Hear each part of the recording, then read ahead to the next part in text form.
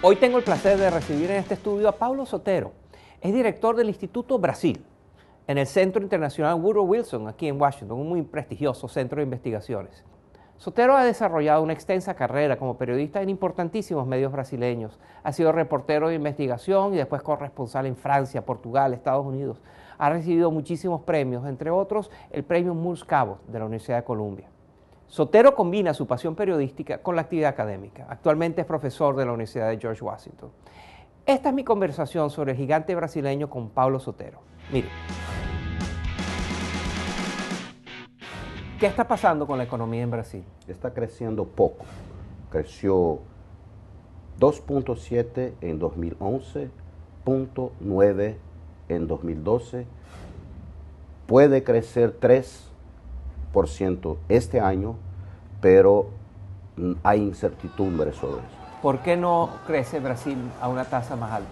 Mucho impuesto, infraestructura deficiente, educación insuficiente, mucha burocracia.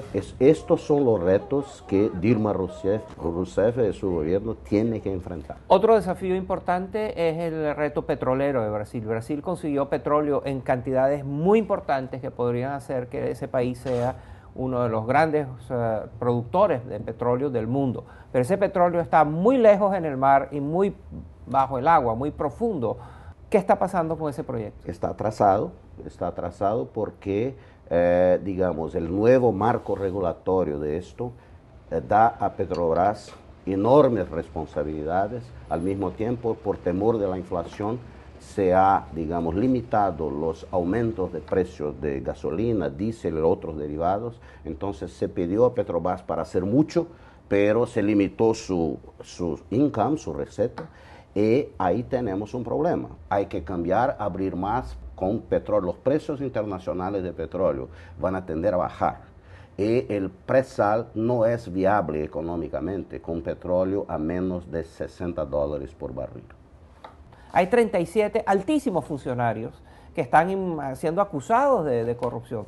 Cuéntanos quiénes son y qué está pasando. No, son funcionarios, incluso el jefe de gobernación, el secretario José Dirceu, algunos empresarios, operativos del partido político, pero esto está todavía en juicio en la Suprema Corte. De los 37, 25 fueron condenados, de estos 12 fueron condenados a prisión, a penitenciaria. Esto está todavía en unas fases de recurso. Las penas, las sentencias pueden ser disminuidas.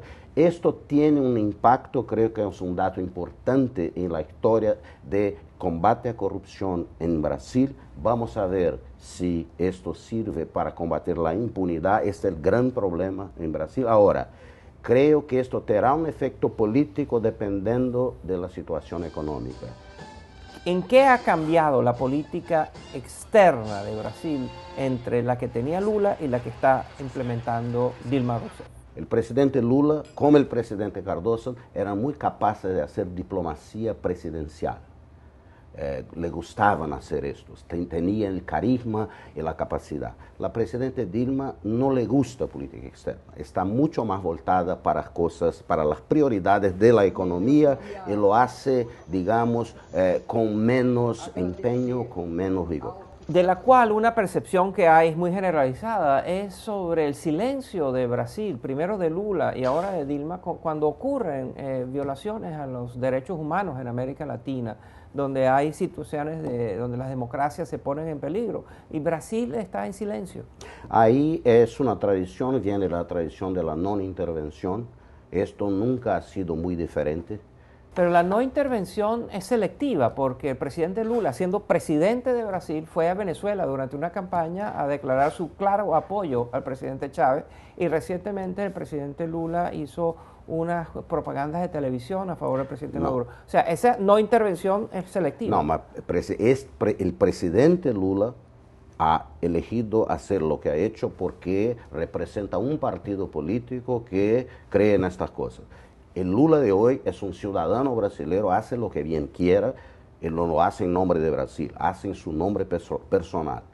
La presidenta Dilma creo que en cosas de violación de derechos humanos ha tenido posiciones diferentes en relación a Irán, creo que manda mensaje porque es una persona que ha sufrido en su piel violaciones de derechos humanos y no admite que les den prelecciones sobre derechos humanos. Los países son selectivos, no solamente Brasil, todos los países son selectivos cuando se trata de usar la cuestión de violaciones de derechos humanos como instrumento de acción diplomática. Pablo Sotero es el director del Instituto Brasil. Está ubicado en el Woodrow Wilson Center, que es un centro de investigación aquí en Washington. Él es reconocido como uno de los principales analistas en temas referidos a Brasil. Muchas gracias, Pablo. Un placer, muy. Si quiere ver más de esta entrevista, visite nuestra página web, efectonaim.com. Y después de la pausa, nuestra sección más popular, la genialidad de la semana. Esta vez con una antología de los momentos más inspirados del líder de Venezuela, Nicolás Maduro. No se vayan.